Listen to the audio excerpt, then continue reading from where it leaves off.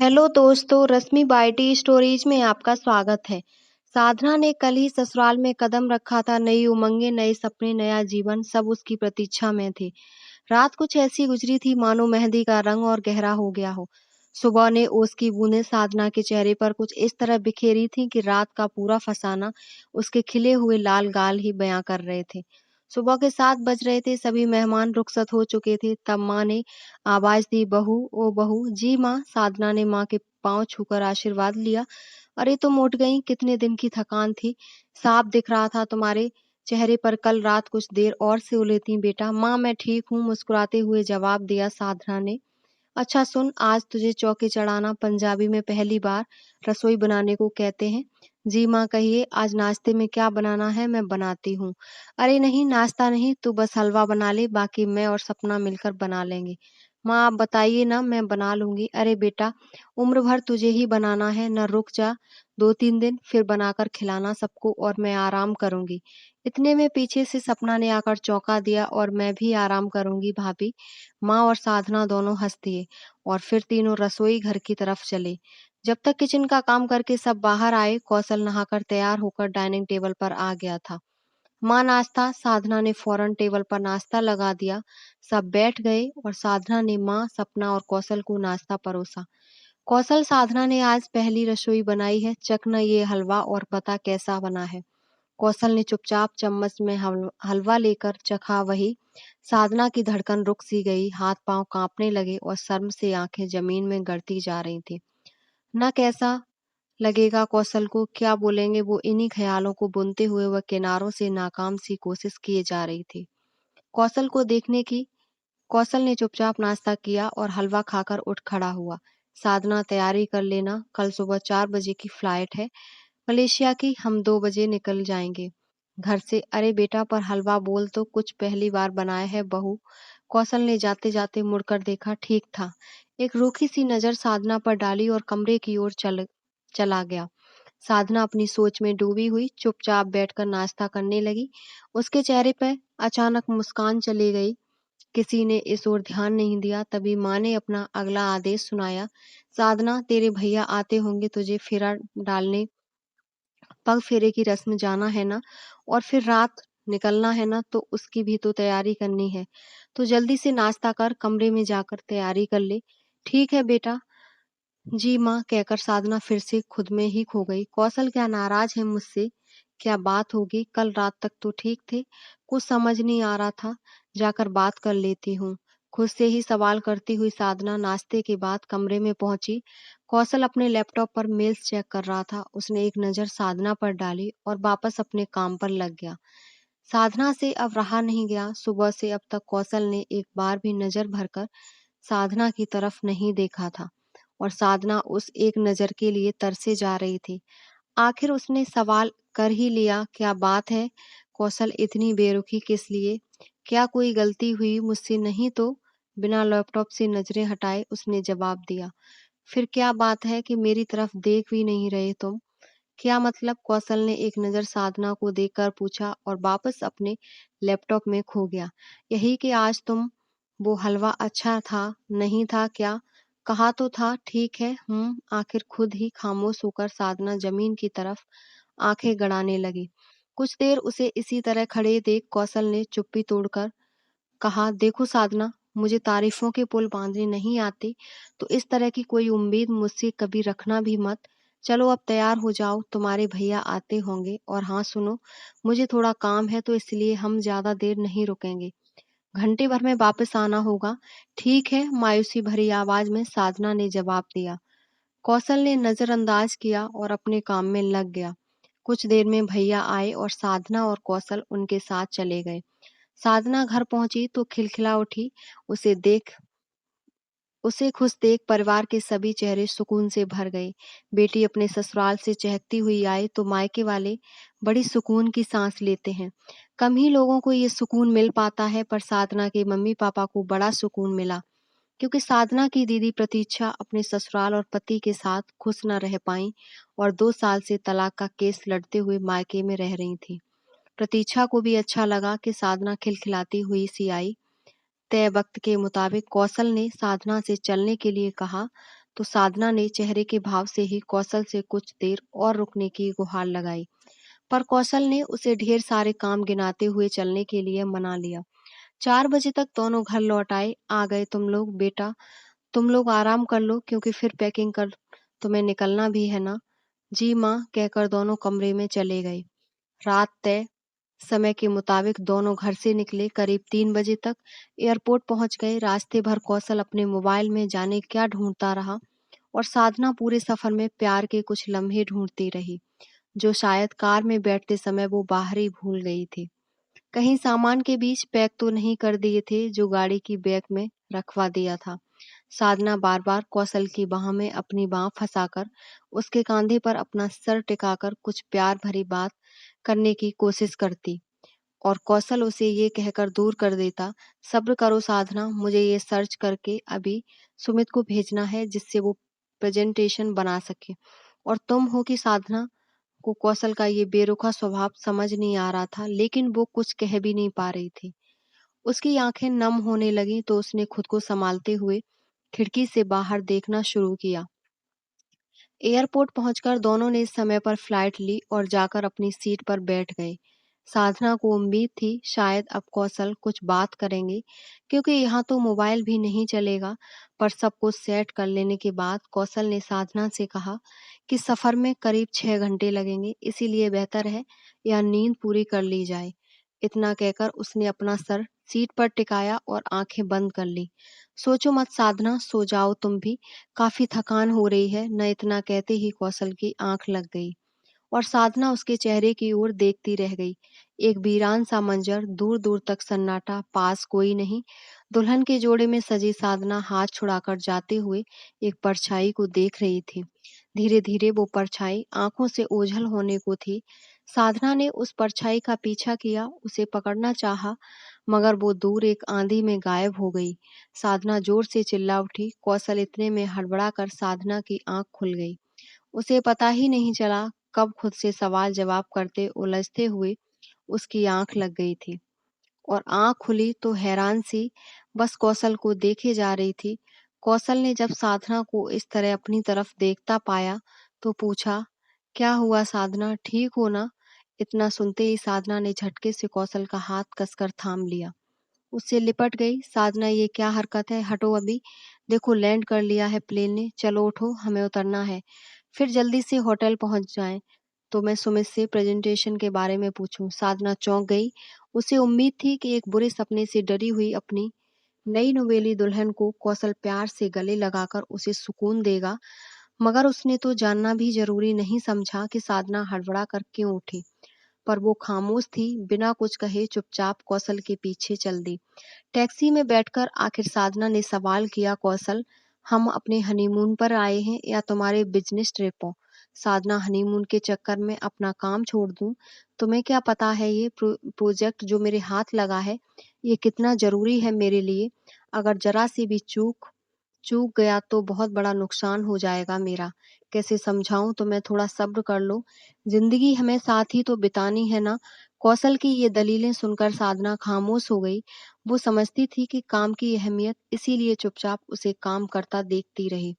करीब सुबह 10:30 बजे दोनों होटल पहुंचे। रूम में आते ही कौशल ने हिदायत दी, मैं थोड़ा काम कर लूं, तुम 12 बजे तक तैयार रहना, फिर घूमने चलेंगे। उदास मन से साधना ने सामान अनपैक किया और फ्रेश होने चली गई। बाहर आई तब तक रूम में चाय नाश्ता आ चुका था। कौशल ने लैपटॉप के साथ चाय नाश्ता निपटाया और साधना ने बालकनी में नजारे देखते हुए। साधना की नजरें घड़ी की सुइयों को 12 से 1 तक ले जाकर थक गई थीं, पर वह बिना कुछ कहे वहीं बालकनी में बैठी इंतजार करती रही। दूर दूर तक ख्वाब में भी किसी ने ऐसे हनीमून की कल्पना नहीं की होगी। ये सोच खुद पर ही हंसती। उसकी हंसी और पलकों की बूंदों का कॉम्बिनेशन उसकी खूबसूरती को निखार रहा था। करीब 1:30 बजे नहाकर कौशल तैयार हो गया और साधना से कहा, चलो पहले लंच करते हैं फिर घूमने चलेंगे। साधना भी बेमन से उठी और चल दी। करीब शाम के 7 बजे चाय नाश्ता लेने के बाद दोनों रूम में वापस लौट आए। साधना का चेहरा खिला खिला रहा था। उसे उम्मीद नहीं थी दिन इतना खूबसूरत होगा। कौशल ने उसकी हर खुशी का ख्याल रखा, बीच पर खूब मस्ती की दोनों ने। इंडियन फूड मिलना वहाँ बहुत ही मुश्किल था और मांसाहार वो खाते नहीं, तो भूख के मारे बेहाल थे दोनों। तब घूमते हुए कहीं एक इंडियन रेस्टोरेंट दिखा जहाँ बैठकर चैन से दोनों ने खाना खाया। कौशल ने सब खाना साधना की पसंद का मंगवाया। देखो साधना, काम की वजह से तुम्हें वक्त नहीं दे पा रहा, तुम्हें गुस्सा भी आ रहा होगा मुझ पर, लेकिन यकीन करो इस प्रोजेक्ट की सफलता पर मेरा पूरा करियर डिपेंड करता है, तो इसे पूरा तो मुझे हर हाल में करना ही है। शिकायत करना तुम्हारा हक है, पर तुम्हारा साथ भी मेरे लिए उतना ही जरूरी है कि मैं भी निश्चिंत होकर काम पर ध्यान दे सकूं। साधना कुछ कह ना पाई, बस मुस्कुरा दी। होटल वापस लौटकर कौशल फिर से अपने लैपटॉप में बिजी हो गया और साधना फ्रेश होने वॉशरूम में चल दी। टॉवल और कपड़े हाथ में लिए उसे ख्याल आया, क्या साधना खामखा परेशान हो रही है? कौशल वाकई अच्छे हैं, बस अपने काम को लेकर थोड़ा जुनूनी है। मुझे समझना चाहिए था और मैं भी बचपना करने लगी। पता नहीं क्या क्या सोच लिया था मैंने। उफ। खुद को सर पर एक चपत लगाई और मुस्कुराते हुए नहाने चल दी। रात बहुत खुशनुमा गुजरी। दुल्हन बनी चांदनी पूरे आसमान को नशे में चूर कर रही थी। यौवन खिलखिलाकर सुंदर गुलाब बन रहा था। जन्नत भी कहाँ इतनी खूबसूरत होगी जितना सुकून और खूबसूरती कौशल की बाहों में उसे मिल रहा था। खूबसूरत रात बीती हो तो सुबह खुद ब खुद आदर अपनी बाहों में आपकी समेट लेती है। साधना उठी और एक नज़र कौशल को देखा। कौशल की सुकून की नींद में देख उसे उस पर बहुत प्यार आया। फिर उठकर बालकनी में आ गई। सुहानी खूबसूरत सुबह मंद बयार सूरज लेह की सुकून दे रही थी।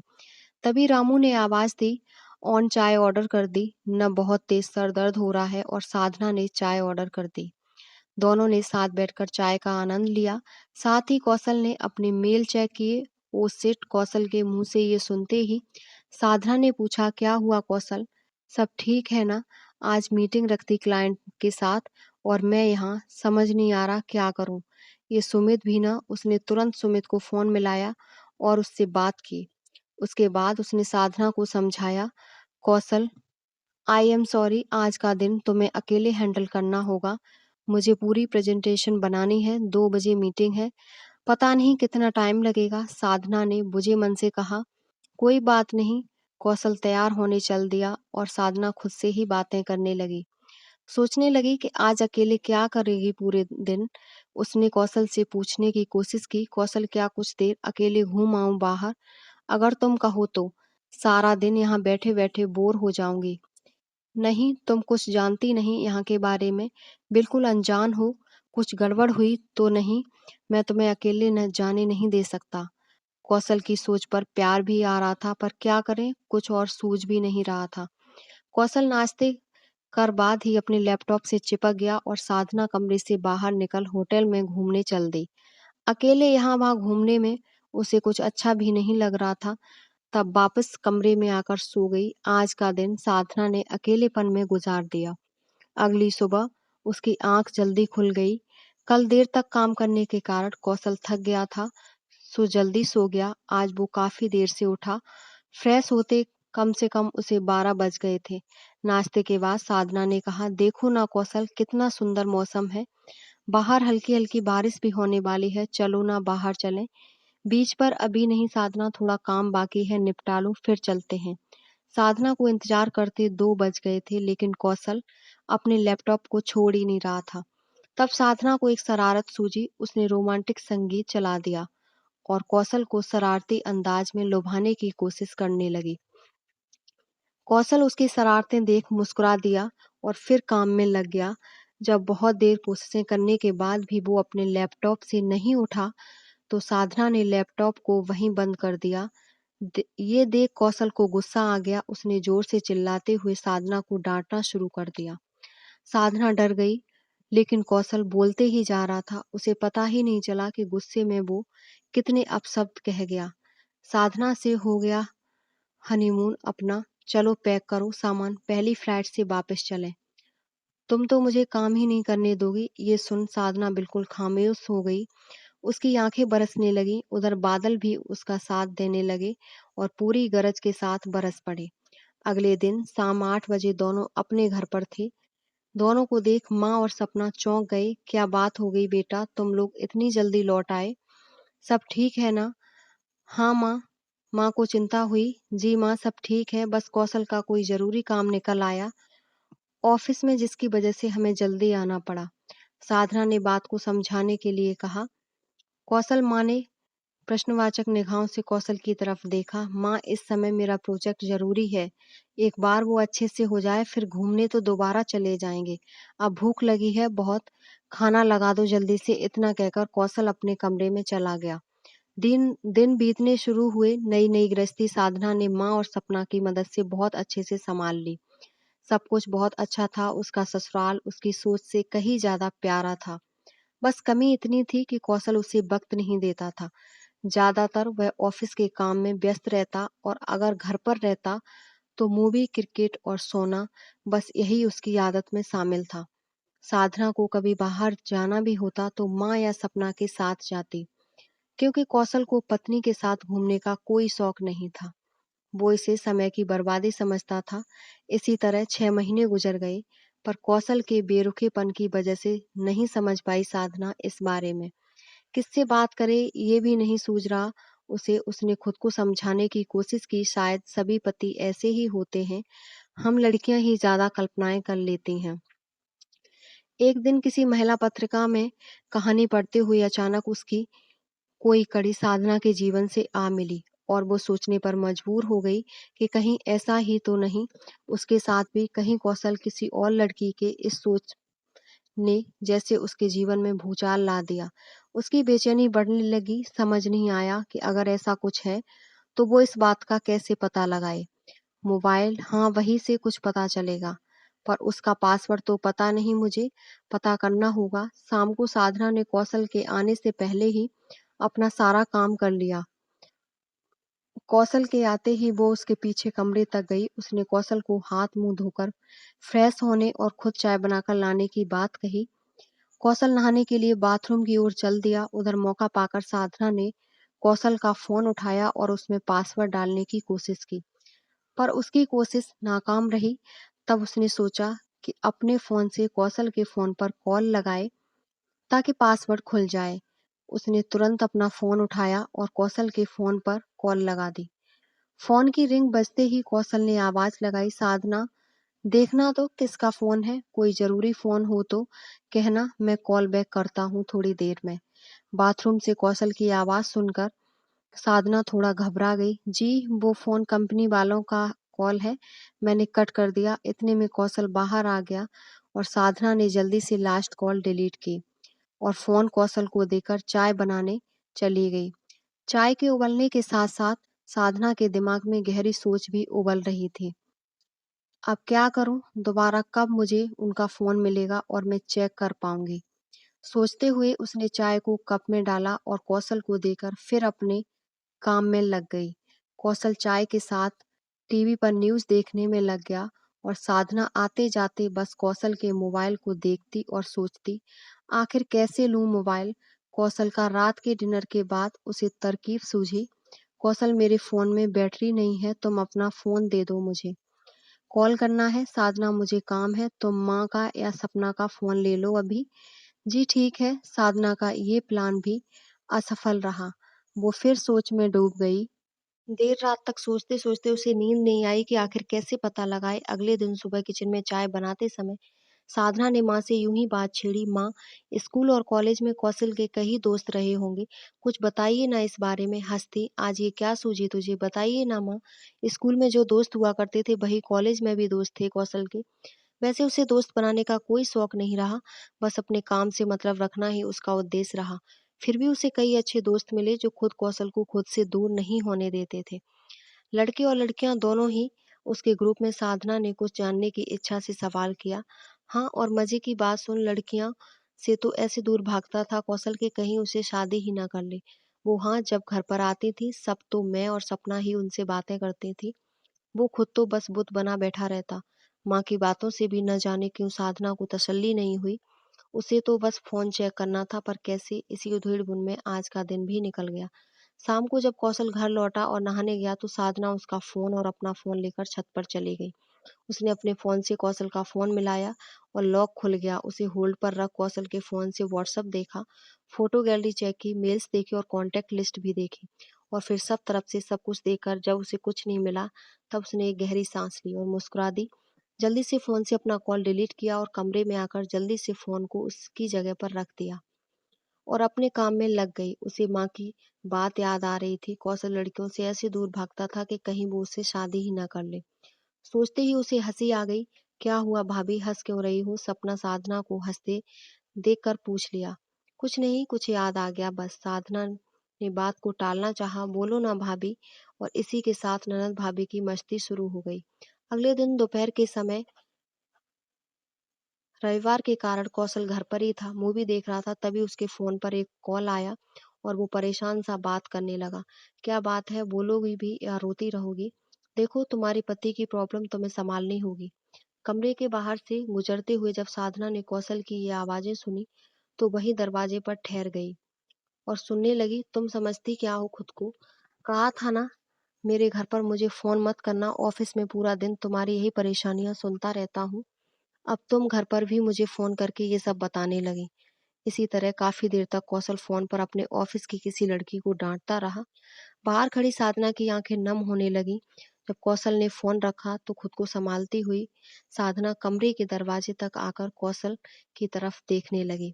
कौशल इस बात से अनजान था कि पीछे दरवाजे पर साधना खड़ी है, उसकी बातें सुन रही है। वो खुद से ही बड़बड़ाता गया, पता नहीं क्या समझती है लड़कियां अपने आप को। इन्हें लगता है कि अपने दुख दर्द सुनाकर ऑफिस में अपने बॉस या कलिंग की हमदर्दी पाकर उनसे चक्कर चला लेंगी।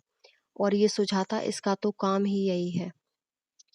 पर इसे पता नहीं कि मैं उसके चक्कर में आने वाला नहीं हूँ। खूब पहचानता हूँ ऐसी लड़कियों को। इतने में ही कौशल पलटा और उसने साधना को दरवाजे पर खड़े उसे ही देखते हुए पाया और पूछ बैठा, क्या है, ऐसे क्यों देख रही हो? तुम किससे बात कर रहे थे कौशल? साधना ने सीधा प्रश्न पूछा। अरे क्या बोलूं, वो हमारे ऑफिस में सुजाता है ना। एक बात बताओ साधना, क्या लड़कियों में खुद में इतनी तसल्ली नहीं होती कि जो है जैसा है उसमें संतोष कर ले? हर किसी को अपने घर के दुखड़े सुनाकर हमदर्दी बटोरना, छी। और तो कुछ मर्द भी जैसे इंतजार में होते हैं कि मिले कोई एक लड़की और बस और लाट टपकने लगती है उनकी। पर भूल गई सुजाता कि मैं कौशल हूँ जो लड़कियों की रग रग पहचानता हूँ। मेरे आसपास कोई लड़की मजाल है कि मिल जाए। कौशल ने अपनी सारी भड़ास कुछ इस तरह साधना के सामने निकाल दी। साधना की खुशी का गला साधना का खुशी से गला भराया और वो भागकर कौशल के सीने से लग गई। लो इसे देखो, मैं लड़कियों की बुराई कर रहा हूँ और ये मेरे गले के प्यार फरमा रही है। प्यार आ रहा है तुम पर, तुम्हें कोई ऐतराज है? जी, खाना बन गया हो तो चले, आपके पति परमेश्वर को भूख लगी है। दोनों हंसती और डाइनिंग टेबल पर आ गई। शाम को सारा काम खत्म होने बाद साधना अपने कमरे में आकर बेड पर लेट गई। सर में काफी दर्द था और बदन भी दर्द से चूर था। कौशल ने देखा, साधना नींद में है क्या? हुआ साधना, आज 8 बजे ही सो रही हूँ, थकान सी लग रही है बस इसीलिए। कौशल ने अनसुना किया और अपने क्रिकेट मैच में खो गया। रात करीब 4 बजे साधना की आंख खुली। उसे जोर से प्यास लगी पर वो हिल नहीं पा रही थी, बदन बहुत ज्यादा दुख रहा था। उसने कौशल को उठाया। कौशल, प्यास लगी है, पानी ला दो। साधना ने 3-4 बार कोशिश की पर कौशल बहुत गहरी नींद में था, सो उठा नहीं। साधना ने खुद की कोशिश की, गिलास से पानी डाला पर वो संभाल न सकी और गिलास हाथ से छूटकर गिर गया। गिलास गिरने की आवाज से कौशल की आंख खुल गई। उसने देखा साधना पानी लेने कोशिश कर रही थी। उसे गुस्सा आ गया और वो चिल्ला दिया, साधना, सुबह के 4 बज रहे हैं और तुम। कौशल, बहुत प्यास लगी थी, तुम्हें उठाया पर तुम काफी गहरी नींद में थे। प्लीज पानी दे दो और एसी बंद कर दो। मुझे ठंड लग रही है। एसी बंद कर दो मतलब तुमको पता है ना मुझे नींद नहीं आएगी एसी के बिना। मैं उठ नहीं पा रही, नहीं तो मैं खुद बाहर चली जाती। शायद बुखार है, मतलब तुम मेरी नींद खराब करोगी। तुम्हारा क्या है, तुम पूरा दिन घर पर रहना है, आराम ही करोगी। मुझे तो सुबह जल्दी ऑफिस जाना होता है। रात को चैन से नहीं सोऊंगा तो अच्छी बात है। मैं ही जाता हूँ दूसरे कमरे में, सो जाओ तुम बिना एसी के यहाँ। इतना कहकर कौशल कमरे से बाहर निकल गया। कौशल माँ के कमरे में आया तो उसने उसके आने की आहट से माँ की नींद खुल गई। क्या हुआ कौशल, तू यहाँ क्यों सुबह सुबह? जाओ, जाकर अपनी लाडली बहू से पूछो और मुझे सोने दो। सुबह ऑफिस जाना है। इतना कहकर कौशल बेड पर लेटा और सो गया। माँ कौशल के व्यवहार से वाकिफ थी। बिना समय गवाए वो उठकर साधना के कमरे में आई। देखा कि वो रो रही है। क्या हुआ बच्चे, क्यों रो रही है? जैसे ही माँ ने हाथ पकड़ा, साधना के तपता हुआ बदन से जो सेक उसके हाथ पर लगा, उन्होंने तुरंत हाथ हटा लिया। साधना, तुम्हारा बदन तो जल रहा है। उन्होंने ध्यान से देखा, साधना का बदन कांप रहा था। उन्होंने सबसे पहले एसी बंद किया, फिर थर्मामीटर से उसका बुखार देखा, 103 डिग्री। माँ को सारी बात समझ आ गई। उनका गुस्सा बहुत बढ़ गया, लेकिन इस समय गुस्से से ज्यादा साधना को देखने की जरूरत थी। उन्होंने तुरंत साधना को चाय और बिस्किट दिए। उसके बाद पैरासीटामोल की एक टैबलेट के साथ थोड़ा गुनगुना पानी दिया। इसके बाद साधना की माँ इसके बाद साधना माँ की गोद में सर रखकर सो गई। करीब 6 बजे कौशल उठकर आया तो देखा साधना सो रही है और माँ उसके पास बैठी उसका सर सहला रही है। ये क्या माँ, ये उठी नहीं अभी तक? मुझे ऑफिस जाना है। माँ का गुस्सा अब बहुत बढ़ गया था, पर उन्होंने समझदारी दिखाते हुए उससे बात की। कौशल, उसे बहुत तेज बुखार है और ऐसे में तू उसका साथ देने की बजाय उसे अकेला छोड़ मेरे कमरे में चला आया। क्या तेरा कोई फर्ज नहीं उसके लिए? माँ, आपको पता है ना, मेरी नींद पूरी न हो तो मैं दिन भर काम नहीं कर पाता हूँ। तेज सर दर्द होने लगता है मेरा, और इसीलिए तो आपके कमरे में आ गया था और आपसे कहा कि आप ही जाकर देख लो। मुझे पता है आपने उसका ध्यान मुझसे भी अच्छा रखा होगा, तो फिक्र कैसी? पर कौशल, वो तेरी पत्नी है, सबसे पहला फर्ज तेरा है उसकी देखभाल का। इसीलिए कहा था मैंने कि मत फंसाओ मुझे इस शादी के चक्कर में, पर मेरी सुनी आपने नहीं। तो फिर मुझे दोष मत दो। मुझे ऑफिस जाना है, देर हो जाएगी। चाय बना दो जल्दी से। कब समझेगा रिश्तों को तू कौशल? ऐसा न हो मेरे बेटे, कहीं बहुत देर हो जाए, कहकर माँ मुझे बुझे मन से उठी और किचन में चल दी। करीब हफ्ते भर बाद जब साधना की तबीयत ठीक हो गई तो माँ ने साधना को समझाया, बेटा, मैंने सोचा था शादी के बाद कौशल में बदलाव आएगा, पत्नी के प्यार से वो भी बदल जाएगा। शायद मैं गलत थी। तेरी कोई कमी नहीं बेटा, पर कभी कभी लगता है कहीं मैंने तेरे साथ गलत तो नहीं किया। साधना ने माँ के चेहरे की ओर देखा। उसकी उदासी भरी आंखें निशब्द थीं। ऐसा लग रहा था कोई शाम है जो ढल रही है, जिसे अगले दिन की सुबह का इंतजार नहीं रहा। बस उस ढलती शाम के अंधेरे से ही प्रेम होने लगा हो। तभी उस अंधेरे में एक तारा टिमटिमाया। जब माँ ने अगली बात कही, बेटा, तुम लोग अपने परिवार को बढ़ाने के लिए क्यों नहीं सोचते? मुझे लगता है अब इस घर में एक नन्हे मेहमान की किलकारियां गूंजनी चाहिए। मुझे उम्मीद है संतान का मुंह उसे जरूर बदल देगा और उसका रूखापन दूर हो जाएगा। बच्चा, साधना सोच में पड़ गई। क्या उसे सोचना चाहिए इस बारे में? उसे समझ नहीं आया कि वो क्या करे, किससे सलाह ले। रात यही सोचने में गुजर गई कि क्या उसे ये कदम उठाना चाहिए अभी, जबकि उसका और कौशल का रिश्ता भी किसी तरह उसे सुकून नहीं दे पा रहा था। तो क्या उसे एक नई जिम्मेदारी खुद पर और कौशल पर डालनी चाहिए? क्या वो उठा पाएगा इस जिम्मेदारी को प्यार से? करीब हफ्ता भर उसके दिल में इन्हीं लहरों का ज्वार भाटा आते जाते रहा। उसके मन में नई कल्पनाएं भी कर डाली नए मेहमान के लिए, पर वक्त उसे किसी से मोह नहीं नहीं वो रुकता है किसी के लिए। साधना ने इस सोच में 2 महीने गुजार दिए और इस बारे में कौशल से बात की तो उसने मना कर दिया कि वो अभी सोचे भी नहीं, क्योंकि नई जिम्मेदारी मतलब नया खर्चा। कौशल के हिसाब से लगभग 6 महीने लगे कौशल को तैयार करने में, और शादी के करीब 2 साल बाद घर में नन्ही किलकारियां गूंजने लगी। सब बहुत खुश थे बच्चे के साथ। साधना, माँ और सपना का वक्त बहुत अच्छा बीतने लगा, पर कौशल को इन सब में कोई दिलचस्पी नहीं थी। उसके व्यवहार में कोई बदलाव नहीं आया। बच्चे का वक्त बेवक्त रोना, कपड़े गंदे कर लेना जैसी बातों से कौशल बहुत परेशान हो जाता और साधना पर चिल्ला देता। बहुत बुरा लगता सबको जब वो छोटे से बच्चे पर स्नेह बरसाने की बजाय उस पर अपना रोष बरसाता। उसके स्वभाव ने नहीं बदलना था सो नहीं बदला, पर साधना के जीवन में बदलाव आ गया था। उसने खुद को अपने बेटे के साथ इतना व्यस्त कर लिया कि अब कौशल के व्यवहार का उस पर कोई असर न होता। दोनों के बीच एक अनजानी सी दूरी आने लगी थी, जिसका दोनों को ही आभास नहीं था। वक्त अपनी रफ्तार से बढ़ने लगा। साधना और कौशल का बेटा, जिसका नाम साधना ने बड़े प्यार से विवान रखा था, 2 साल का हो चुका था। उधर सपना भी शादी करके अपने ससुराल चली गई थी। शादी के 4 साल में ही साधना 40 की नजर आने लगी थी। एक दिन साधना अपने मायके में थी। उसकी एक पुरानी सहेली मिताली, जो उस समय अपने मायके आई हुई थी, साधना से मिलने आई। दोनों ने बैठकर घंटों बातें की और अपनी अपनी कहानी एक दूसरे को कह सुनाई। साधना, तूने देखा है खुद को अपनी उम्र से भी बड़ी लगने लगी है। आखिर क्यों? क्यों तूने अपने लिए जीना छोड़ दिया? हमारे ग्रुप में सबसे ज़्यादा चंचल हुआ करती थी तू, और अब नहीं यार, बदल खुद को। मुझे बहुत बुरा लगा तुझे ऐसे देखकर। मिताली, सब तो बताया ना तुझे, अब तू ही बता क्या करूं मैं। माँ है ना साथ में तभी रह पाई, न उस घर में, वरना जिंदगी किसी जन्म से कम नहीं थी। यहाँ किसी को नहीं कह सकती अपने दिल का हाल। दीदी पहले ही तलाक लेकर इस घर में रह रही हैं। जो भी जो मैं भी कुछ ऐसा ही करती तो लोग मम्मी पापा को ही ताना देते कि इन्होंने बेटियों की परवरिश सही तरह से नहीं की होगी, तभी तो दोनों अपनी गृहस्थी नहीं संभाल सकी। पर ये जो तूने अपना हाल बना रखा है, ये अच्छा नहीं लगा मुझे। तू कुछ करती क्यों नहीं अपने लिए, तू ही बता, फिर क्या करूं मैं। साधना ने सवाल पर सवाल किया। सुन, तू जॉब क्यों नहीं करती?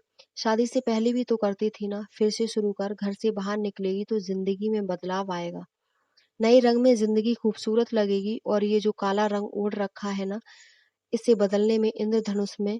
मिताली की बातें साधना के दिल को पहली बारिश सी लगी। मिट्टी की सौंधी सौंधी खुशबू से उसका मन खिलने लगा, और इतनी ही देर में विवान के रोने की आवाज से साधना हकीकत में लौट आई और मिताली की तरफ देखकर बोली, और विवान, इसे कौन संभालेगा साधना?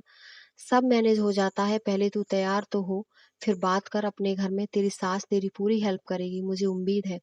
चाहे तो एक मेड रख लेना उनके घर में हेल्प के लिए। साधना को मिताली का कहना अच्छा लगा। मिताली तो अपनी बात कहकर चली गई, पर साधना घंटों इस बारे में सोचती रही। साधना का मन फिर कल्पनाओं में खो गया। उसने घर लौटकर सपना को फोन लगाया और उससे बात की। सपना ने साधना का हौसला बढ़ाया। साधना को हिम्मत मिली, तब उसने माँ से बात करने की सोची। माँ, मैं सोच रही हूँ कोई जॉब शुरू कर दूँ। यूँ घर पर रहते रहते एक ऊब सी होने लगी है। थोड़ा बाहर जाऊंगी तो मन बदलेगा मेरा, अगर आप परमिशन दो तो। बेटा, मुझे तेरी किसी भी बात से कभी ऐतराज हुआ है क्या? पर तुझे कौशल से पूछना चाहिए एक बार, आखिर उसकी हाँ भी जरूरी है ना। माँ, आपने कह दिया तो अब कौशल से भी बात कर लूंगी। आज ही थैंक यू माँ। साधना खुश होते हुए अपने काम में लग गई। रात जब कौशल अपने कमरे में लैपटॉप पर काम देख रहा था, तब साधना ने अपनी बात कहने की हिम्मत की। कौशल, सुनो, मुझे कुछ बात करनी है तुमसे। साधना, मैं अभी जरूरी मेल्स तैयार कर रहा हूँ, कल सुबह बात करते हैं। पर मेरी बात भी जरूरी है कौशल, कभी तो मेरी जरूरत को भी प्राथमिकता दिया करो। कौशल ने चश्मा नाक पर लगाकर आंखों को ऊपर करते हुए साधना की ओर देखा और कहा, ये सब पागलों की तरह रात रात तक जो मैं काम करता हूँ, वो किसके लिए है?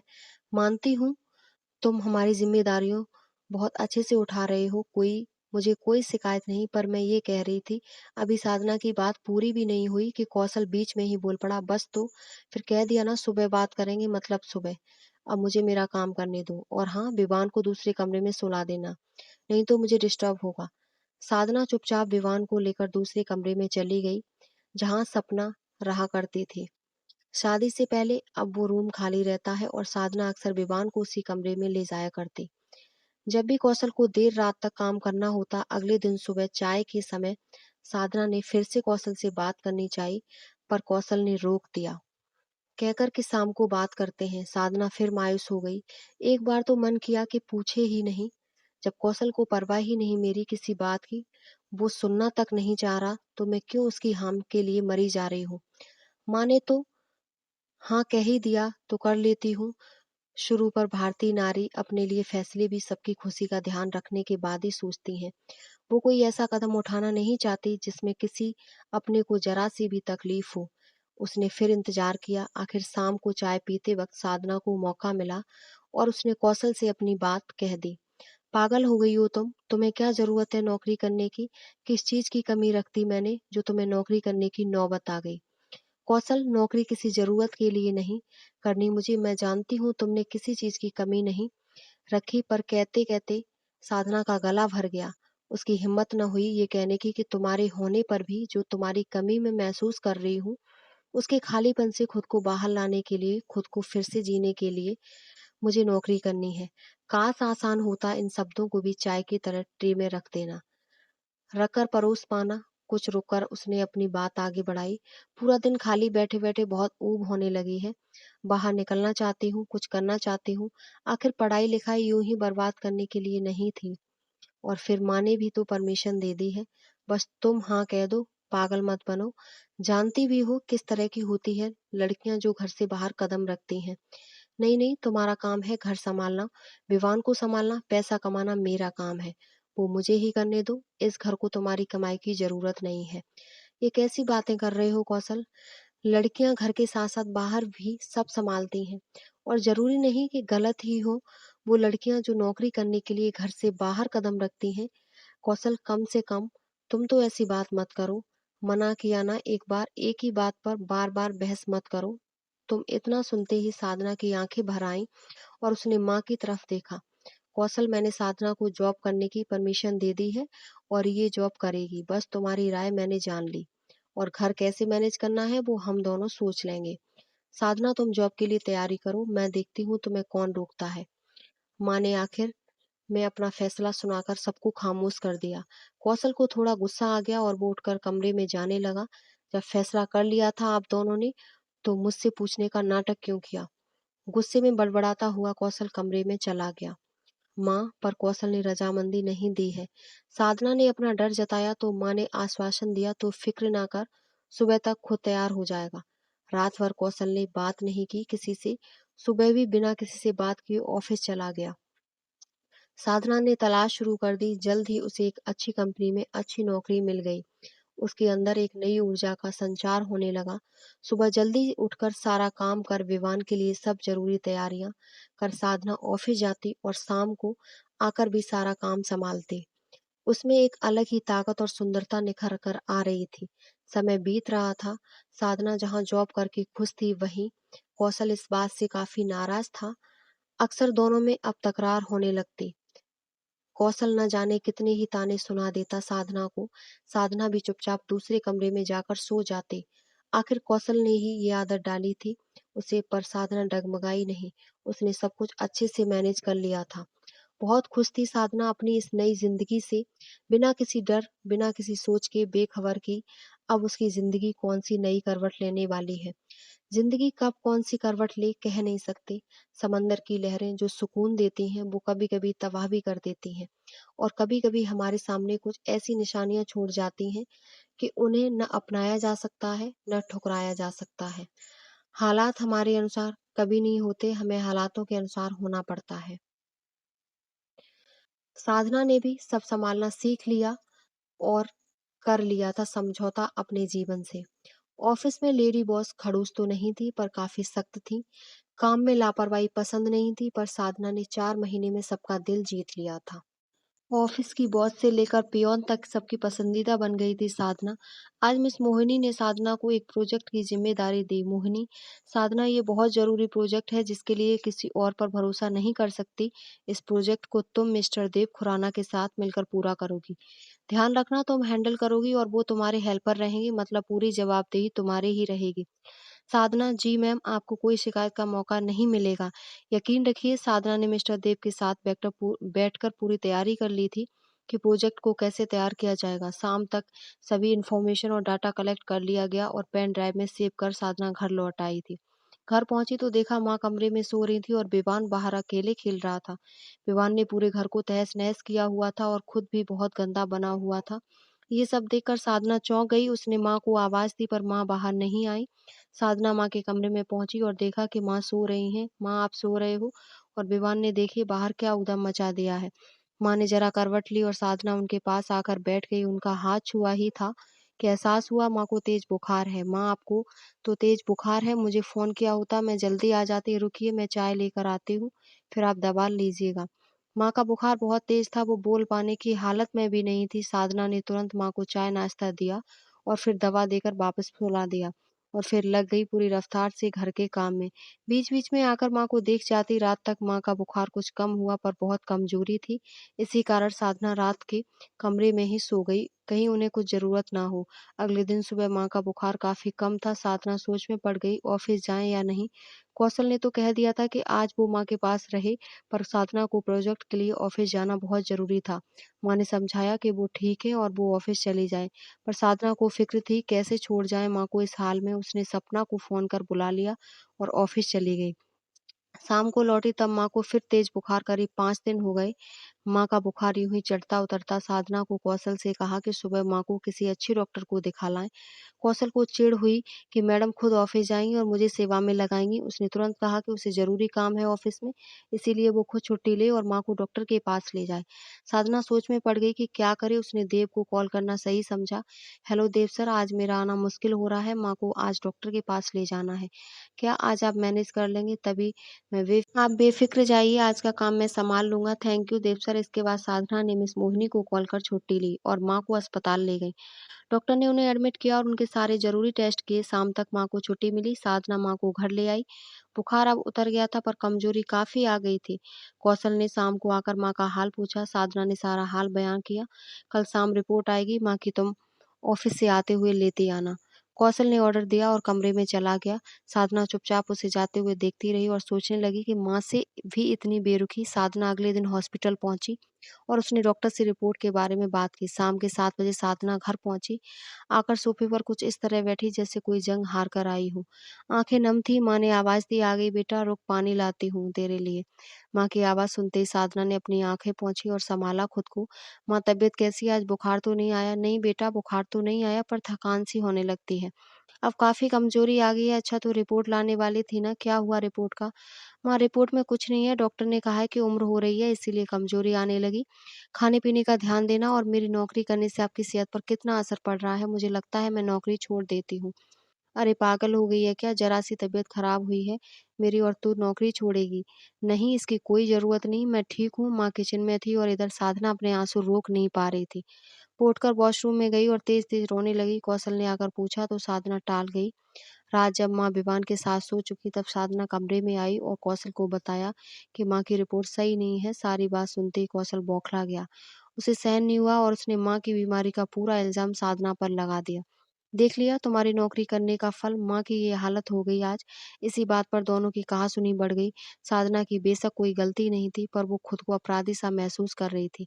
कौशल ने तुरंत रिपोर्ट मांगी। साधना ने रिपोर्ट दिखाई जिसमें साफ साफ लिखा था कि माँ की छोटी आंत में कैंसर है और तीसरी स्टेज पर पहुंच चुका है। कौशल के होश उड़ गए। उस समय उन दोनों को महसूस हो रहा था कि माँ उनके हाथों से छूटती जा रही है।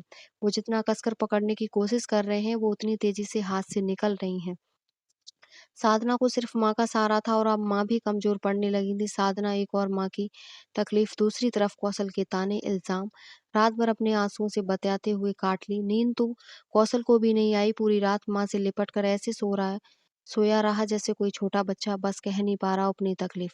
सुबह सब ऐसे था जैसे कुछ हुआ ही नहीं। साधना ने कौशल को रात को ही समझा दिया कि वो नौकरी नहीं छोड़ेगी। अगर उसने ऐसा किया तो माँ को शक हो जाएगा। बीमारी के बारे में सब ऐसे ही चलने देते हैं जैसे सब ठीक है। घर पर एक मेड रख लेंगे और सब काम वो देख लेगी। कौशल ने कोई जवाब नहीं दिया। साधना ने इसे कौशल की रजामंदी समझकर सारा इंतजाम कर दिया। माँ ऑफिस जा रही हूँ, कुछ भी बात हो मुझे फौरन फोन करना। पता है ना, अगर आपने ऐसा नहीं किया तो मैं नौकरी छोड़ दूंगी, फिर मत कहना मुझे कुछ आप। साधना हक से माँ को अपना ख्याल रखने को बोल और सरिता मेड को सारा काम समझाकर ऑफिस चली गई। पर ऑफिस में उसका मन नहीं लग रहा था। देव सर के साथ प्रोजेक्ट डिस्कस करते हुए बार बार कहीं खो जाते थे। क्या बात है साधना जी, आप परेशान लग रही हैं? कोई दिक्कत है तो कहिए, मैं काम देख लूंगा। आप कुछ और कर लें या छुट्टी ले लें। नहीं देव सर, ऐसी कोई बात नहीं। वो बस, माँ कहते कहते साधना रुक गई। उसे याद आया कौशल कहा करता था कि महिलाएं अक्सर ऑफिस के पुरुषों को दर्द भरी कहानियां सुनाकर उन्हें आकर्षित करती हैं। साधना बस इतना ही बोली कि माँ की तबीयत ठीक नहीं इसीलिए चिंता हो रही थी। बाकी सब ठीक है और फिर दोनों अपने प्रोजेक्ट में लग गए। ऐसा नहीं था कि माँ की फिक्र नहीं थी। जहाँ से जैसे भी हो सका उस उन्होंने उनका इलाज जारी रखा। उनकी हालत में सुधार दिखने लगा। ऐसा डॉक्टर ने बताया था। करीब 3 महीने के इलाज के बाद एक उम्मीद की किरण जगी। शायद माँ ठीक हो जाएंगी। पर साधना, माँ, कौशल और ऑफिस कई बार हारने लगती। फिर खुद ही हौसला देती और फिर चल पड़ती। एक दिन ऑफिस में देव सर अचानक छुट्टी पर थे। प्रोजेक्ट की कुछ डिटेल्स उनके दराज में थी। साधना ने फोन पर उनसे डिटेल पूछी। साधना जी, आपको कष्ट होगा पर आप मेरी टेबल के दराज में डायरी निकाल लीजिए। कल की तारीख में सारी डिटेल्स वहाँ लिखी हुई हैं। पर आपकी दराज में कैसे? साधना ने अपनी असमर्था जताई। साधना जी, काम के लिए और मुझे आप पर भरोसा है, कहकर देव ने फोन रख दिया। साधना देव के केबिन में गई। उसकी दराज खोली, वहाँ 2 डायरी रखी थी। उसने ऊपर वाली डायरी उठाई और देखना शुरू किया। ज़िंदगी ने थका दिया है बहुत, पर ज़िम्मेदारियाँ कहाँ तुम्हें हार मानने देंगी। रोने का भी अधिकार नहीं तुम्हें देव। तुम्हें कमज़ोर पड़ता देख तुम्हारा परिवार टूटने लगेगा। पर क्या तुम उसे फ़र्क पड़ेगा? शायद नहीं। मेरे सुख-दुःख की हमसफ़र, मेरी अर्धांगिनी, मेरा आधा अंग, उसे मेरे दुःख से कोई दुःख नहीं। मेरे सफ़र का मैं अकेला ही राही हूँ, जो रोज़ रात टूट कर सोता हूँ। सोचता हूँ कि सुबह ना हो, पर सुबह तो होनी है। मुझे फिर तैयार होकर निकलना है, एक और दिन से लड़ने के लिए, और हर बार थक कर रात की गोद में सोने के लिए। मेरी ज़िंदगी की सुबह शायद अब कभी न हो, पर मुझे अंधेरों में भी चलना ही होगा, बिना रुके। आखिरी सांस तक साधना पन्ने पलटती गई, और ऐसे कई एहसास उसकी नज़रों से होकर उसके दिल में उतरते गए। वक्त बेख्याल सा पसरा था। आसपास आकर पियन ने कहा, साधना मैडम, आपको मोहिनी मैडम ने। साधना चौंकर उठी, बुलाया है? तुम चलो, मैं आती हूँ। साधना ने उस डायरी को जहाँ से उठाया था वहीं रख दिया, और दूसरी डायरी उठाकर अपनी टेबल पर आ गई। उस डायरी को वहीं रख जरूरी फाइल उठाकर मोहिनी के केबिन में पहुंची। मोहिनी उससे प्रोजेक्ट की डिटेल जानना चाहती थी, पर साधना पता नहीं कहाँ खोई थी। मोहिनी ने 3-4 बार बुलाने पर साधना उस जगह वापस आई, और मोहिनी को बताया कि सिर्फ 2 दिन का काम बाकी है। शनिवार शाम तक प्रोजेक्ट उसके हाथ में होगा। मोहिनी बहुत खुश थी। समय से पहले देव और साधना ने प्रोजेक्ट कंप्लीट कर लिया था। रात साधना की आंखों से नींद गायब थी। रह रहकर उसे डायरी में लिखे देव के शब्द याद आ रहे थे। इतना मजबूत इंसान अंदर से इतना हारा हुआ। साधना, तूने सही नहीं किया। देव सर की गैर हाजिरी में उनकी पर्सनल डायरी पढ़कर। पर मैंने जानबूझकर ऐसा नहीं किया, अनजाने में हुआ। खुद से ही बातें करते हुए जाने कब उसकी आंख लग गई। अगले दिन ऑफिस में देव सर से मिलने पर उसने पूछा, देव सर सब ठीक है ना? घर पर आप कल आए नहीं। ऑफिस सब ठीक है साधना जी, बस बेटे की तबीयत ठीक नहीं थी, उसे डॉक्टर के पास ले जाना था। कुछ और भी काम थे माँ पापा के, तो इसीलिए कल छुट्टी ले ली मैंने। कोई दिक्कत तो नहीं आई आपको? देव ने अपनी फाइल पर लिखते हुए सारी बात कह दी ना। नहीं देव सर, कोई दिक्कत नहीं आई। दरअसल मुझे कुछ और बताना था। जी बताइए। देव सर, कल आपने मुझे दराज से डायरी निकालने के लिए बोला था ना, तो क्या मिली नहीं आपको वो डायरी? देव अभी भी अपनी फाइल में कुछ लिखते जा रहे थे। जी मिली, पर मेरे हाथ में आपकी पर्सनल डायरी आ गई, और आखिरी पेज पर जो लिखा था आपने, वहां से आपकी डायरी पढ़ गई। अनजाने में आप नाराज मत होइएगा, मैंने जानबूझकर नहीं पढ़ी, बस गलती से हो गया।